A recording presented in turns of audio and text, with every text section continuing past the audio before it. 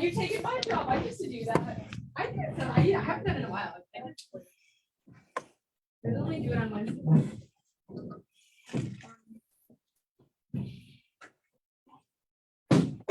Good news about it, she'll be happy with me, or it's her chat. Oh, she's gonna love it. Yeah. Like the only time. It's not a pink slip. What? It's not a firing paper, you know. You fire someone. That's not illegal. Right. Whenever I go to firing paper for my job. Okay. it's so Jewish.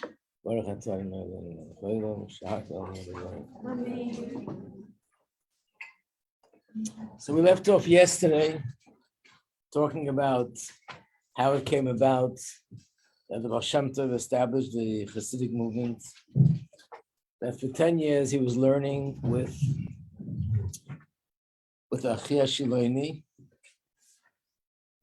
Remember, we said that the day that he started was his birthday, his 26th birthday, Chayavu. They studied together for 10 years. And then after that, he spread Chassidus for exactly the same amount, 26 years. So basically, it was 26 years, 10 years, and another 26 years. And he was nostalgic at the age of 62.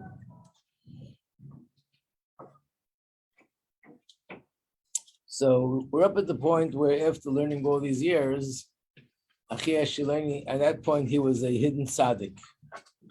When we say the word hidden tzaddik, this means these are people that everyone who saw them thought they're looking at a simple person that not only is not a tzaddik, he's not even a Torah scholar, just a simple Jew.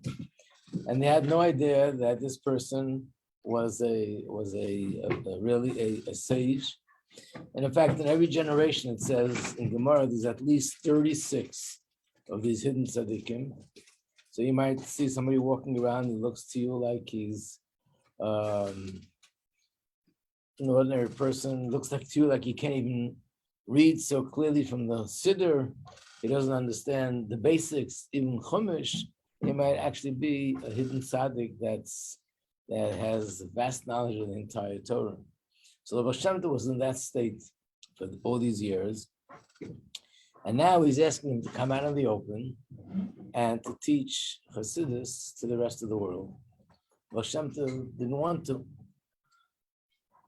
And now we know there's a precedent for this. And the precedent for this is Moshe Rabbeinu. In the Chumash, it tells us how Moshe Rabbeinu, the famous story that he was a shepherd, and one of the little sheep, a little lamb ran away from the flock, and he chased after it. And when he finally caught up with this little lamb, he came to it was a bush, a thorn bush, and it was on fire. But he noticed that it's on fire, but nothing's burning, and he went closer to see. It turns out he heard Hashem's voice, and that was the point where Hashem said to him, I want to appoint you as the leader of the Jewish people, and you will lead them out of Mitzrayim. And what did Moshe Rabbeinu say? Why me? And he gave his reasons that he doesn't speak clearly. Of course, the reasons are much deeper than what just appears on the surface. But what you don't see in the Chumash, but you see this in the Medrash, that not only did Moshe tell Hashem, not me, I'm not really qualified, and Hashem said, you are, and that was it. But there was actually a debate between Moshe and Hashem that lasted for an entire week, 7 days. We're going back and forth. Moshe gave Hashem's reasons for no, and Hashem gave him reasons for yes. And Moshe gave Hashem reasons for no, and Hashem gave him reasons for yes. Went back and forth. And actually, it wasn't just repeating itself, but every part of the dialogue was going deeper into the whole subject. And eventually, Moshe took the position of leadership. So here too, we find with the leaders in the Jewish nation, they were always reluctant to take on a position of leadership. And it was always something that had to be persuaded, that had to be pushed, that had to be begged and pleaded that they should take it. And here too, the Baal Shem Tov was told from this great tzaddik that this is Hashem's plan, that he should become the teacher and the leader and teach Chassidus. And the Baal Shem Tov was in a sense pleading with him, no, why me? Number one, he felt humbled by this position. And number two, he knew that once Hasidus comes out in the open, there's going to be tremendous opposition, going to be conflict, fighting. And as we know from what the Baal Shem Tov taught, that the thing that's the closest to his heart and the deepest thing that touches the core of his neshama was love for every Jew and Achdus. And this is actually going to initiate a huge, gigantic machlekes, a gigantic fight and division between Jews and communities. So Baal Shem Tov so much didn't want to be part of it. But then something happened until finally, that's when the Baal Shem Tov finally accepted. Why does that happen? So the one who persuaded the Baal Shem Tov to actually become revealed was Rabbi Adam Baal Shem. If you remember, I gave you that list, like Ba'omer, we went through the generations. That the Arizal was the first one to start publicizing the teachings of Kabbalah. And then after the Arizal, there was another very great tzaddik whose name was Rabbi Yoel Baal Shem, and he was the teacher of Kabbalah after the Arizal. And then he had a student whose name was Rabbi Yoel Baal Shem, and then he had a student whose name was Rabbi Adam Baal Shem. 3 generations of great tzaddikim who were hidden tzaddikim, revealed tzaddikim. They had a lot of students, and through them they spread the teachings of Kabbalah. Not Chassidus, but this was Kabbalah. And Rabbi Adam Baal Shem was the one who was convinced the Baal Shem Tov about the fact that he has to accept this position. Yes? How do we know who is the hidden tzaddikim are? I can't reveal everything to you. There's some in this room right now. Here. Oh. Shh, don't say It's it. not me. Giving yourself aware. They had to fill out the form when they were applying. It's like a hidden question. Are you or are you not one of the hidden tzaddikim? Yes. No, Yeah. I can't reveal that. If you click on it, it gets hidden. If you click the other way, then it comes up on the screen. No, my Yitzhar is a little too strong to be a hidden tzaddik.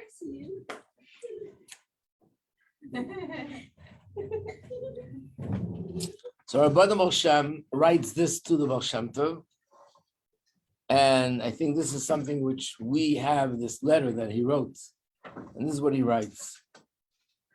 This was the chain of events, how it came about to be. It was Shabbos, and during the reading of the Torah, my Rebbe, which was also Achia Shaleni, appeared to me in Shul. And he said to me, when Shabbos is over, get ready, right after Havdalah, be ready to go on a journey to a city called Lviv.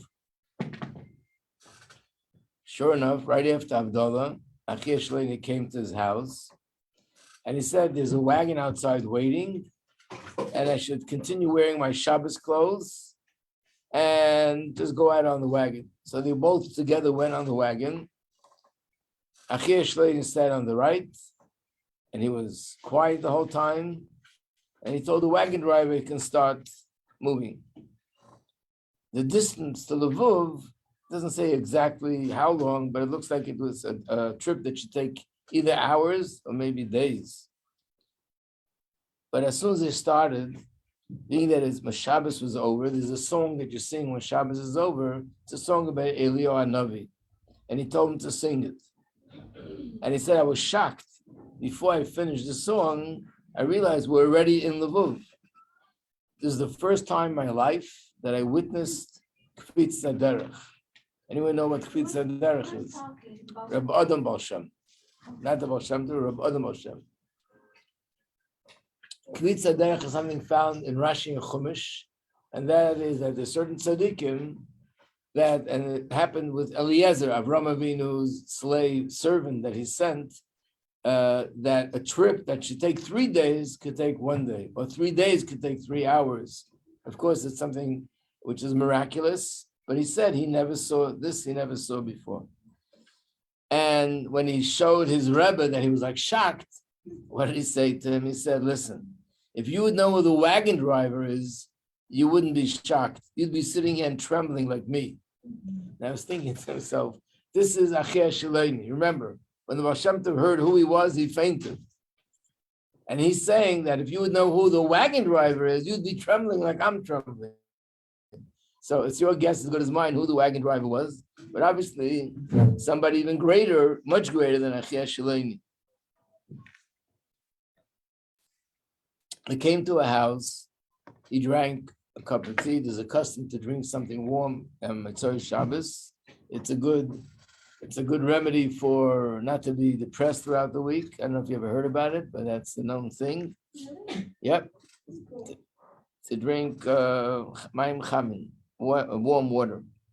Anyway, he was walking about for 2 hours. He was pacing the room back and forth, did not say a word. His face was flaming fire. And Rabbi Hashem said, I was just standing there like a statue, and I didn't move. I was just watching him. Suddenly the door opens up. An old man walks in, very tall.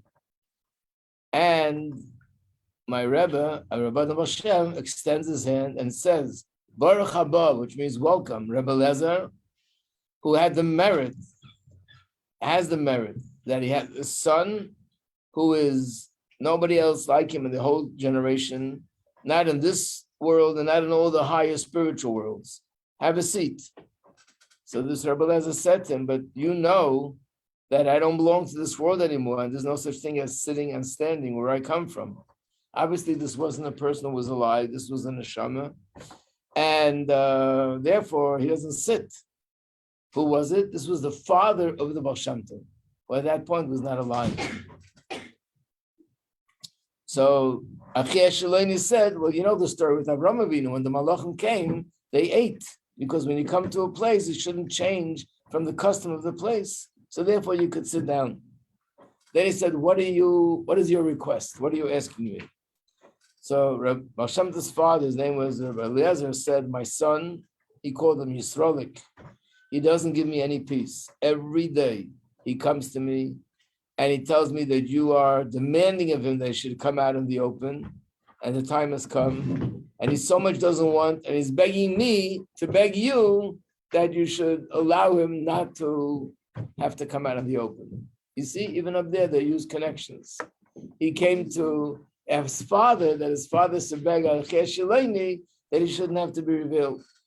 So Achia Shaleni said, if your son comes to you again, tell him in my name that there's no choice, he has to become revealed. This is the way it was ruled in the heavenly court. And if he doesn't reveal himself, then Chas v'Shalom, he has no more purpose in this world, which means he'll have to leave this world. Because the whole purpose why his neshama came down to this world was for this purpose, that he should reveal and spread the teachings of Chassidus. And then he pointed to Adam, to Rabbi Adam Baal Shem, and he said, and he in fact knows the story behind it, and I gave him permission to reveal the story to the Baal Shem Tov. So therefore, let him know that there's no choice. In fact, I will no longer meet with him until he agrees to become revealed. So basically, his Rebbe cut off all ties with him, that he's not meeting with him, he won't be able to see him until he agrees to come out in the open. And then Rabbi Lezer disappeared. That was it. He didn't see him anymore. Rabbi Moshe said, I was standing there and I was just overwhelmed for everything that I saw and everything that I heard. Obviously, what we're reading is not all, just a little tip of the iceberg. And then my Rebbe said to me, okay, you'll go back with this wagon driver because I have to be here. I have to take care of some things in Lubuk. So he said, I'm afraid to travel in this wagon all myself at night. So he said to him, nothing to be afraid of. And don't worry, the wagon we came with and the wagon driver is the same person. He gave him a bracha. And then he went into the wagon. The wagon driver didn't speak to him. But he said within 20 minutes, he was back home. A trip that probably took either hours or days. And now, it was his job to tell the Baal Shem Tov a story, and that will help the Baal Shem Tov understand that he must come out and become revealed. So what did he do? He tried to, now where am I going to find the Baal Shem Tov? So he started to do his research. And he found out that there's somebody whose name is Reb Mordechai Tzaddik. He's very close to the Baal Shem Tov. He probably knows where the Baal Shem Tov is. So he traveled to another city, found this Reb Mordechai Tzaddik, and guess what? Reb Mordechai Tzaddik moved away to a different place, so he doesn't know where he is to find the Baal Shem Tov. So he made up his mind, I'll do everything to find the Baal Shem Tov. This is my mission. And I tried, and I traveled, and I went from place. And don't forget, this is a tzaddik who had knowledge of Kabbalah, and he had Ruach HaKodesh, he had prophecy, he knew things, and yet with all the powers that he had, he could not find the Baal Shem Tov to give him over the message. He finally said, listen, Hashem knows the truth, that I did everything with Mesiras Nefesh to find him, and I see that apparently from heaven, they're blocking me, that I shouldn't find him. What else can I do? So he decided I'm going to go back home. He also tried to talk to his Rebbe during this time, and he couldn't access his Rebbe. But that night, when he decided to go back home, he saw his Rebbe in his dream. And his Rebbe agreed with him. I see that it's from Shamayim that they're not allowing the two of you to meet. Why? I have no idea. So I'll tell you what to do. Go back home, write down everything that I told you that you were supposed to tell him. Now that you can't meet him, put it down on paper, give it to your son, and your son will find a way to give him all this information that he needs to know about himself and about his purpose in life. So that's what he did. Came back home, wrote everything down, and his son started to look for him. After 2 months, doing everything that he possibly can do, he also made up his mind. Obviously, he saw that he's also being blocked from Shemayim, that he's going back home.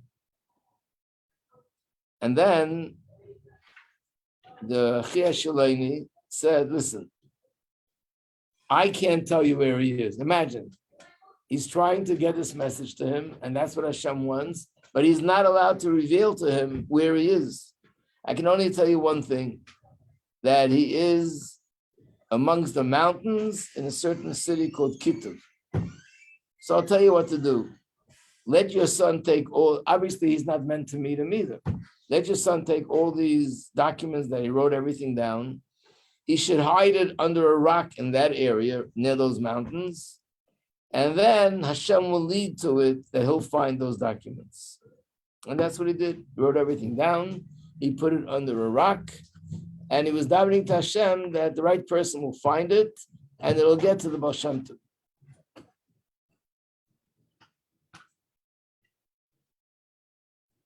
Baal Shem Tov did get to it, doesn't say how that happened.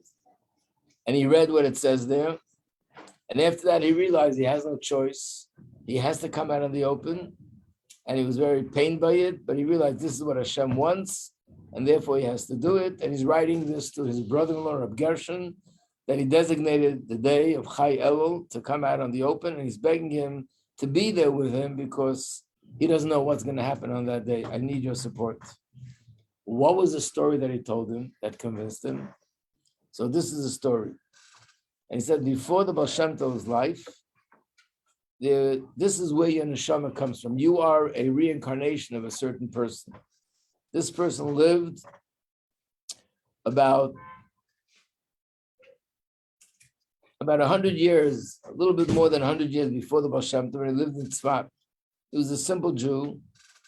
All he can do was daven, couldn't learn, couldn't translate anything, but he was very sincere and very dedicated and devoted to Hashem. And he was also a person who was Hatzna Leches, which means that whatever he did for Hashem, and he made very little fuss about himself. One night, he heard a knock at the door after midnight. When he asked who's there, the answer was Eliyahu Hanavi. Okay?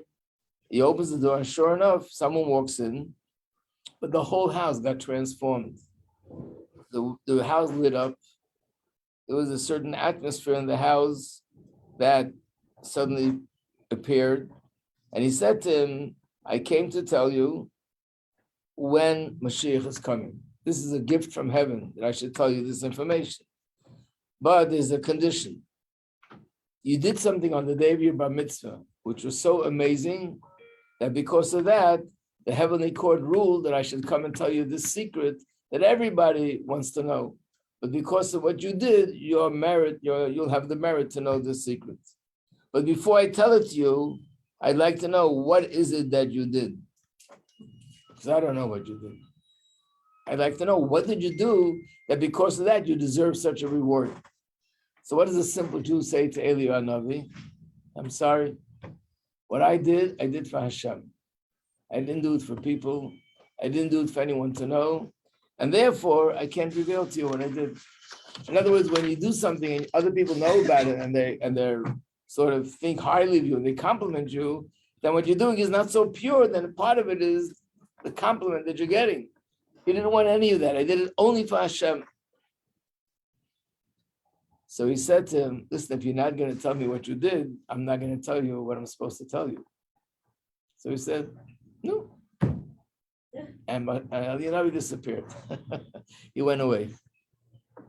When he went away, came back to Shemayim, there was a big commotion in heaven. How great this person is. That his desire to do things purely for Hashem, and therefore not to necessarily publicize whatever he does, is so amazing that he's even ready to give up that gift that heaven is giving him, that Eliyahu is coming to tell him. Therefore, he really deserves reward. And therefore, they decided to send Eliyahu back down to him. And this time, not just to tell him when Mashiach is coming, but to teach him Torah. And he had a very good teacher, Eliyahu Navi. This person became, what? No, this is not a matter. It's just a story that the Achia Shiloni told her Bodam Bolsham. And he became one of the biggest tzaddikim of the whole generation, but he was a hidden tzaddik because nobody knew. Everyone thought he was still the same person that he used to be. He passed away after he became, after the time, the old age. His neshama went up to Shemayim, came before the heavenly court, and they said that really, in essence, he should get one of the greatest places in Gan Eden, because he was such a big tzaddik, a place with Avraham, Yitzchak, and Yaakov. But he has one thing that he did not do, and that is all the holiness that he had for himself. He didn't share it with others. And therefore, his neshama is going to come down to this world again, and he's going to reveal a new path at how to serve Hashem. And by doing that, he will repair and make up whatever was missing his first time that it came down. Through him, this will bring Mashiach closer. And he told Hashem, you are that Jew that I'm talking about. And therefore, the whole purpose of the neshama came down to this world is for this. If you decide not to be coming out in the open and spreading chassidus, you have no purpose to be here anymore. That means his life is going to end. So Hashem saw that it's serious business, and that's what his purpose is, and that's what Hashem wants him to do. So he finally gave up, and he decided that he's going to come out in the open, and that happened on Chai Elul, when the Baal Shem Tov was 36 years old. And of course, there are sikhs that explain the significance of the fact that there were 26 years like this, 26 years like that, 10 years in the middle where it was hidden, what that's all about and what it means. What? That's so crazy. Nobody else is like, what? Of course, it would be nice for all of us to have such experiences, to speak to people from the other worlds and get regards and know what we're here for, what we're supposed to accomplish.